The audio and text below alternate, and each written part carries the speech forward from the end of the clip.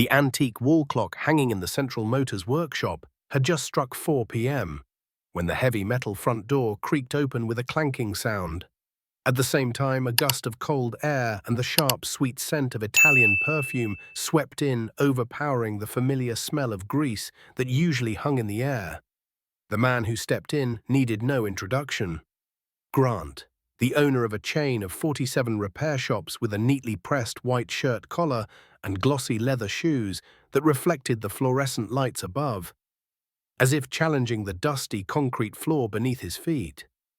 He didn't need to raise his voice. His mere presence made every wrench stop, turning every conversation full silent.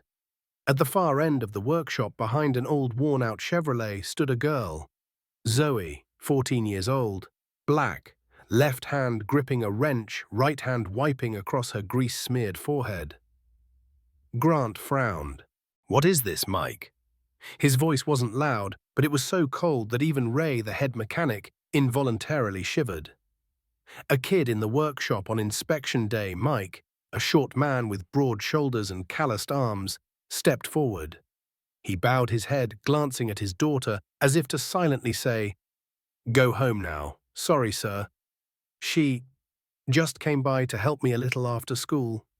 Zoe stood up. She didn't blink. She didn't back away. She was used to that look, an old look wrapped in a new suit. She had seen it at the grocery store when the staff followed her around without saying a word.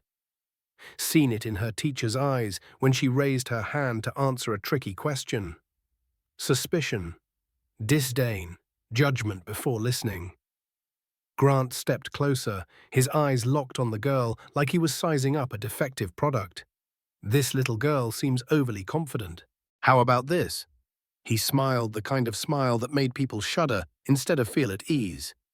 "Let's give our little expert here a chance." He waved his hand. A group of workers stepped aside, revealing a sleek silver-grey Porsche 911 lying silently in a dark corner. A wrinkle in Grant's reputation. The car had been sitting there for 3 days. No one understood why the engine wouldn't start, why the electronics were dead, or why the dashboard remained completely unresponsive. "This car has had my entire engineering team scratching their heads," Grant said. "And you, if you can figure out the problem, I'll consider keeping this workshop open. If not..." He didn't need to finish. Everyone understood. The workshop fell utterly silent. Only the faint whir of the ceiling fan blades could be heard. Zoe didn't look at her father. She didn't look at Grant. She only looked at the car and said softly, "I accept." A moment of silence swept through, as if the whole workshop had forgotten to breathe. Ray, the head mechanic with grey-streaked hair and seasoned eyes, furrowed his brow. "Mike, are you going to let the girl do this?" Mike didn't respond. He just stood there, frozen between his duty as a father and his fear of losing the only thing that kept food on their table. Grant folded his arms, leaning back against the workbench. "Don't tell me you're worried she'll waste my time. On the contrary, we're about to get quite an entertaining little show." He looked at Zoe with the eyes of a predator, indifferent, certain, hiding none of his contempt. Zoe walked toward the Porsche. Her eyes didn't blink. Her hand gripped the wrench tightly, like something familiar in a room full of doubt. The car looked like a fierce beast that had been struck down but hadn't quite died. Its silver paint gleamed perfectly, its wheels polished to a shine and its interior pristine, but inside its electronics had given up the will to live. She crouched down, pressed her ear to the car's body as if listening to something. Some of the mechanics chuckled. Grant pretended to yawn. "Let's hope you're not planning to whisper to it." Zoe didn't respond. She lightly tapped on the engine bay, each clink echoing like Morse code. She sat down and opened the secondary control panel. Her small hand slipped through the maze of wires and paused at a dim black plastic connector. Mike stepped closer and whispered, "You don't have to do this. If I say the word, he'll be out of here." Zoe didn't turn around. "But if I don't, he'll think he's right, and everyone else will keep thinking like him." Her voice was calm, but her hand trembled slightly, just enough for Mike to realize she wasn't indifferent. Inside Zoe was a quiet rage. Not one that flared up, but one that burned deep. Anger at being overlooked by teachers even when she gave correct answers. Anger at being watched in supermarkets even when she hadn't touched a thing. Anger at seeing her father bow his head to those not even close to his skill, just because they were whiter. She wasn't fixing the car to prove she was better. She was fixing it to silence that mocking laugh. Ray, standing behind, began to frown. He realized Zoe wasn't touching the car randomly. She was following a precise order check, the ignition system, then the fuel system, and then the electronics. No one had taught her that, and that was what sent a chill down his spine. Zoe murmured, "This little black box seems to be the issue." She pointed to an electronic module where most older mechanics were still in the dark. "She thinks it's faulty." Grant laughed out loud. "That's adorable. We've already checked everything." "Not a physical fault," Zoe replied, looking up for the first time and meeting his eyes. "A coding fault." This time no one laughed, not because they understood what she meant, but because she said it like she knew for sure. A young mechanic standing near Grant tried to maintain his composure, but his eyes never left Zoe. A 14-year-old girl, slim, oil-streaked hands, facing a block of metal, worth over $200,000 and a room full of skeptical stares. And yet somehow, she didn't look like she was pretending. Zoe pulled out her phone. She didn't scroll. She didn't text. She opened a technical translation app. Some parts of the central control module use native German programming, she said evenly, as if giving a class presentation. Ray stepped in closer.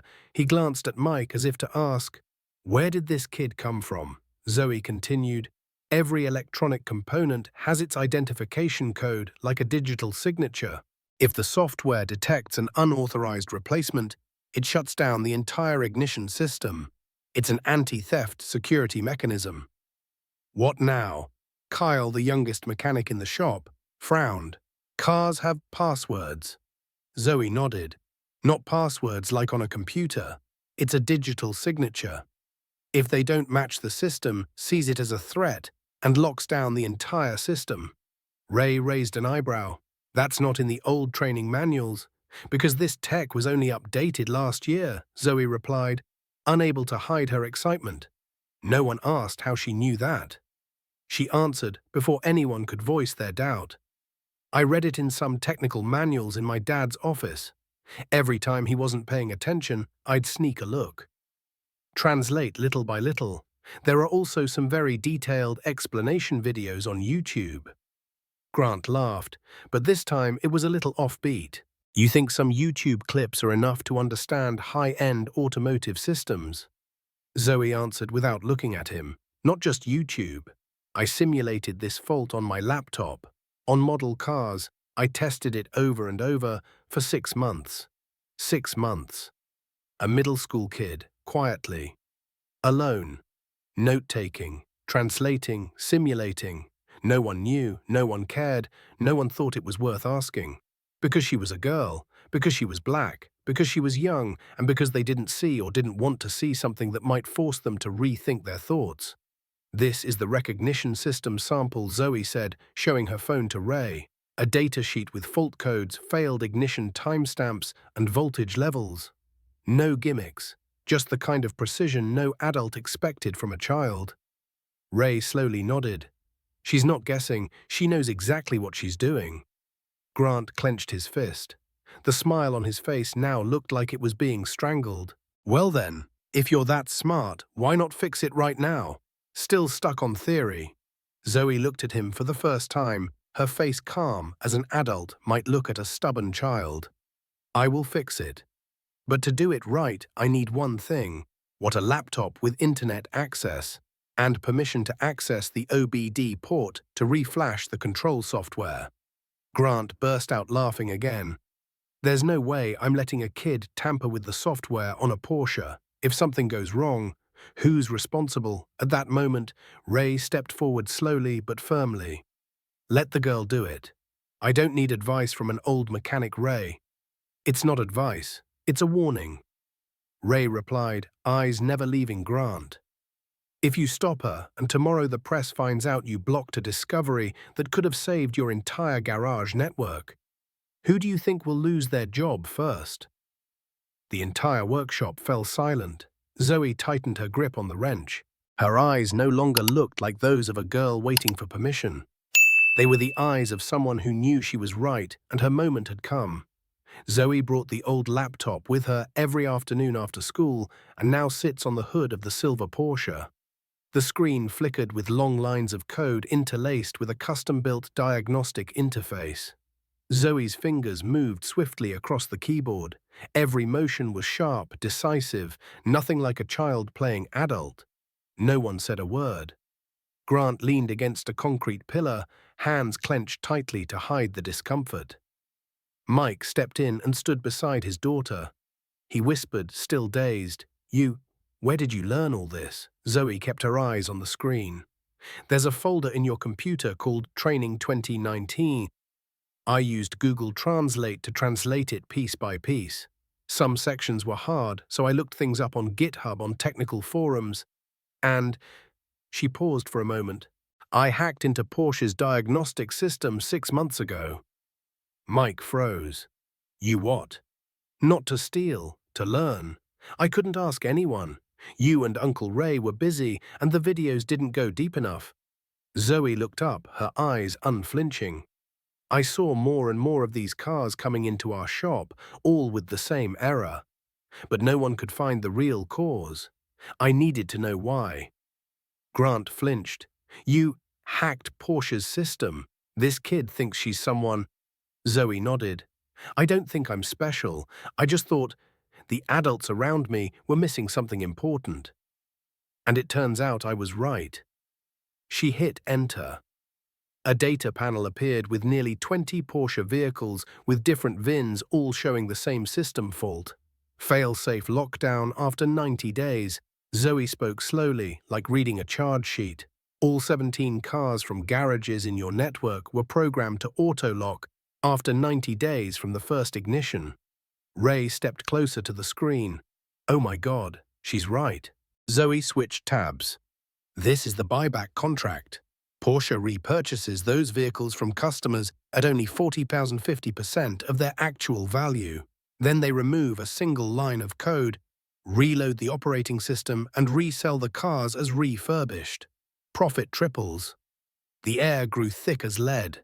Kyle swallowed hard. "That's systemic fraud." Zoe didn't stop.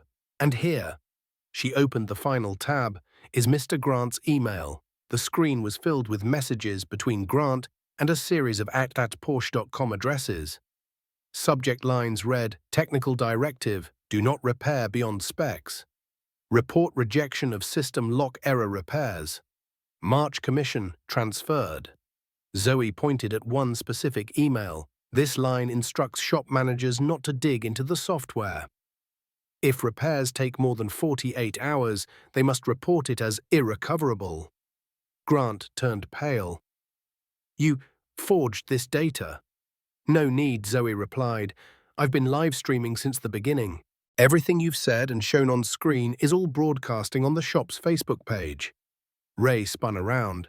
She started a live stream from the beginning." Zoe nodded slightly. "I knew no one would believe just a kid's word. So I let them speak for themselves. Expose themselves."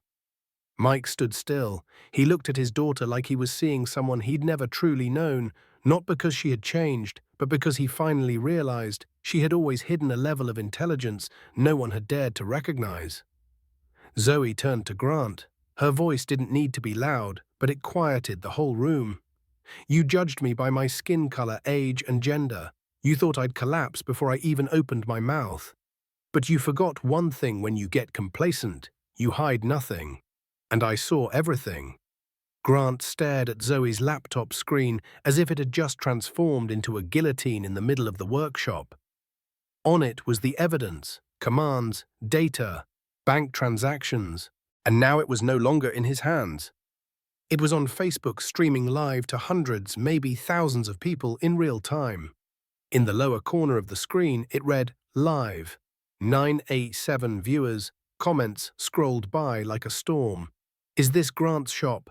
I was told my transmission was busted and paid $4,000. Wait, it was a software issue. I thought my engine got hit. Someone call a lawyer. This is system-wide fraud. Ray stepped back half a pace. This isn't just a shop issue anymore, Zoe. This is a bombshell for the whole industry. Grant spun toward Zoe, his voice sharp and rasping. You hacked into a secured system. You're a cyber criminal. Zoe stood upright, her gaze steady and unmoved.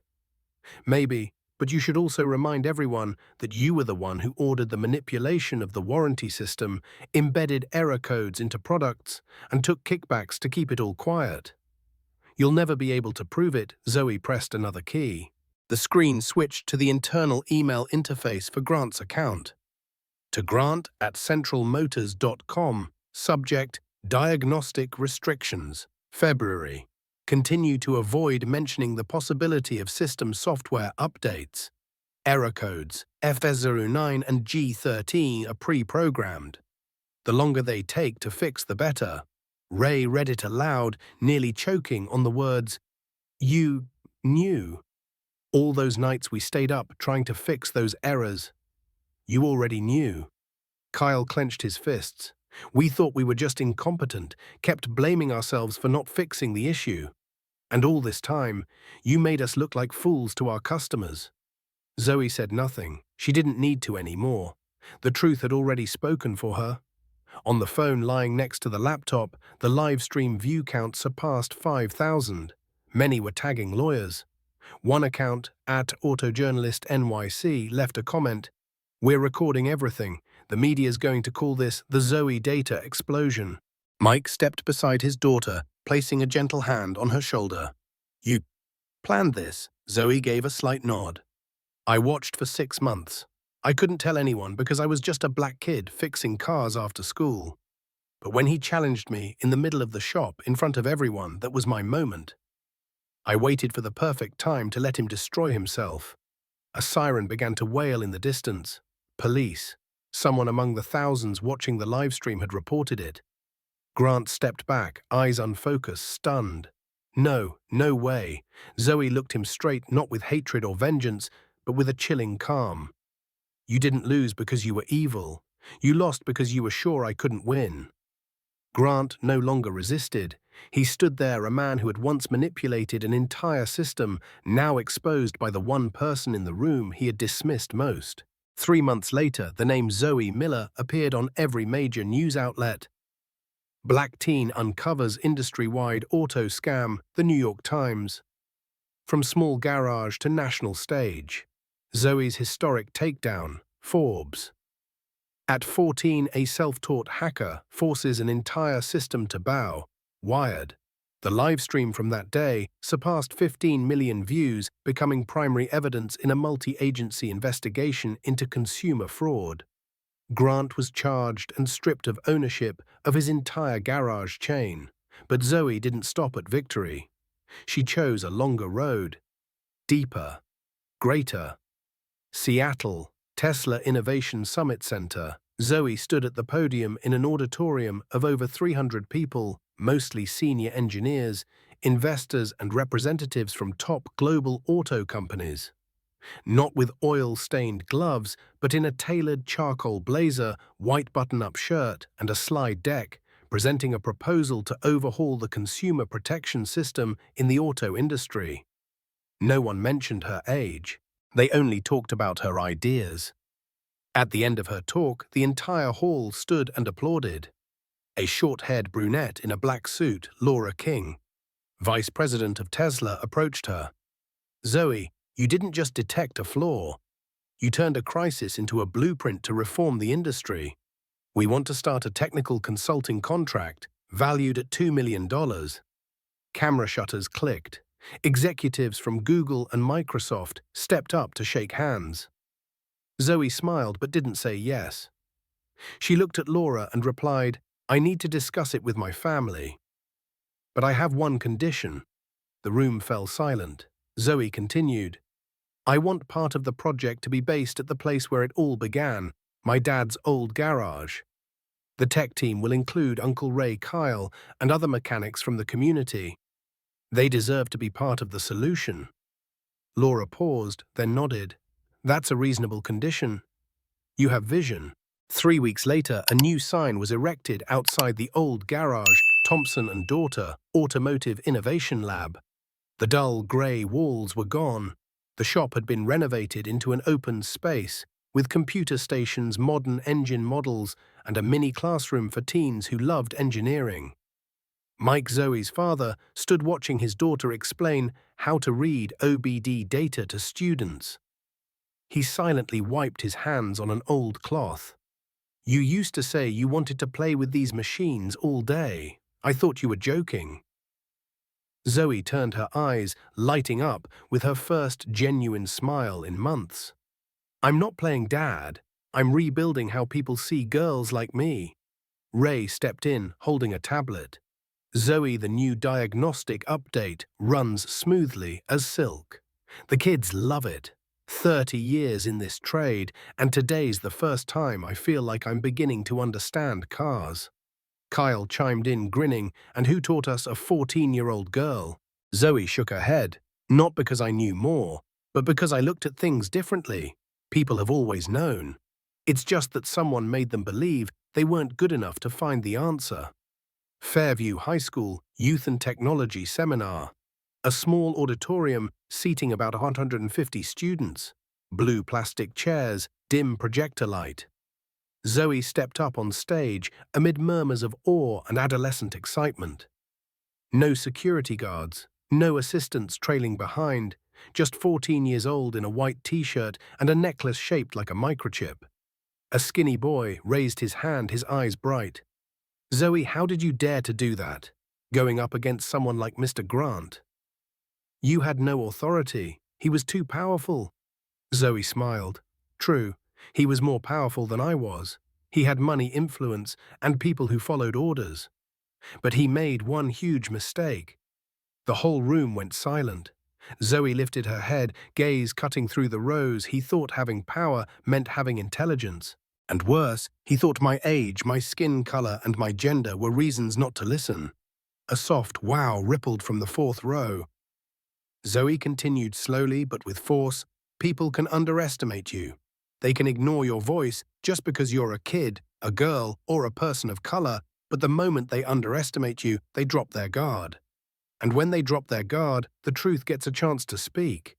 A girl in the back, braided hair and deep brown skin, raised her hand.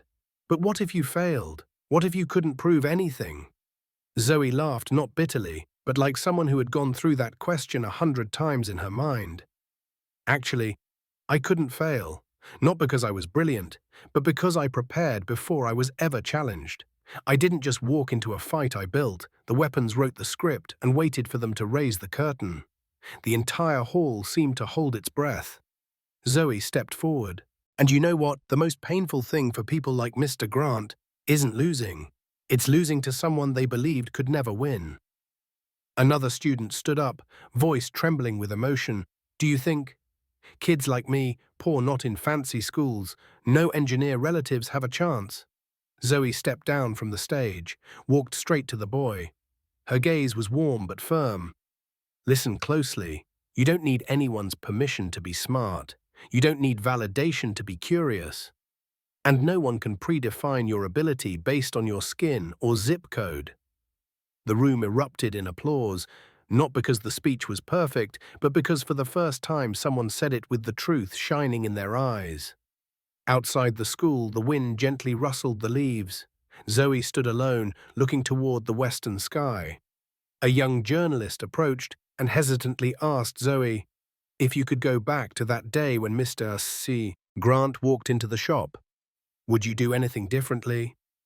Zoe didn't answer immediately. She pressed her lips together, then said softly, like the breeze itself, no, because the very moment he chose to humiliate a black girl in front of the entire shop, that exact moment, he handed me the most potent weapon of my life, the right to be underestimated. 2 years later, a late winter afternoon, snow glistened across the campus of the Massachusetts Institute of Technology. In an upper-level classroom, white light cast onto a familiar face, Zoe Miller, now 16, the youngest student in MIT's special engineering program. She was presenting her final project, an AI system for fraud detection in the repair industry, one that learned from patterns of manipulation rather than just machine error logs. In the audience sat Professors Tesla and Bosch engineers and a representative from the Department of Justice. No one called her the mechanic's daughter anymore. They called her by her title, Chief Technical Advisor, Clean Codes Project. Elsewhere in a small apartment complex in the southern suburbs of Chicago, Grant, the former mogul of 47 workshops, was wiping down the windows of a small, off-brand auto shop. The lawsuit ended with a sentence, 18 months probation, a $500,000 fine, and complete asset seizure. His wife divorced him, his children stopped calling. He applied for jobs everywhere, but his resume was rejected minutes after background checks. Now he lived off social assistance, picking up odd jobs in the very type of garage he once mocked as beneath him. On the wall in his room, a television was broadcasting the news. Zoe Miller receives the National Young Innovator Award for Clean Codes, now implemented in over 2,000 garages across the US. Grant stared at the screen. Defeated. By a kid, he muttered hoarsely. Back at Central Motors, now renamed Thompson and Daughter Automotive Tech Lab, Mike, Zoe's father, sat in front of reporters. Ray and Kyle, now lead trainers in electronic diagnostics, were beside him. Behind them, a hands-on classroom where Black Latinx and Asian teens were learning about AI, automotive computing, and fault detection systems. Zoe stepped out from the lab, holding a custom-built electronic sensor. The camera followed her like a rising tech star. She paused and turned to Mike. "Dad, remember when you told me to study more and mess around with machines?" "Less." Mike chuckled, eyes slightly red. "Yeah, and you proved you were right all along." Ray added, his voice warm. "Not just right, you pulled us farther than we ever imagined going." Zoe looked at those men who the system had once suffocated, now the backbone of a center, transforming the entire industry. The following month, the Tech for Equity Summit will be held in Washington, D.C. Zoe spoke on the most significant stage she had ever stood on. "No one is born inferior. But you'll never dare to rise if a system keeps making you think you are." She paused, scanning thousands of young faces, listening intently. "That's why we must dismantle that system. Revenge is not the goal. Reaching the top is not about stepping over others. Reaching the top is to prove even from the lowest place you can still see the whole map. And instead of hating the ones who blocked your path, you make room for those who haven't yet seen the light." The entire auditorium rose. They clapped. They cried. They laughed. They believed. Zoe didn't just fix a car. She fixed a prejudice. She rewired how society defines potential, and most importantly, she lifted the hood on an entire generation so that underestimated minds could finally ignite.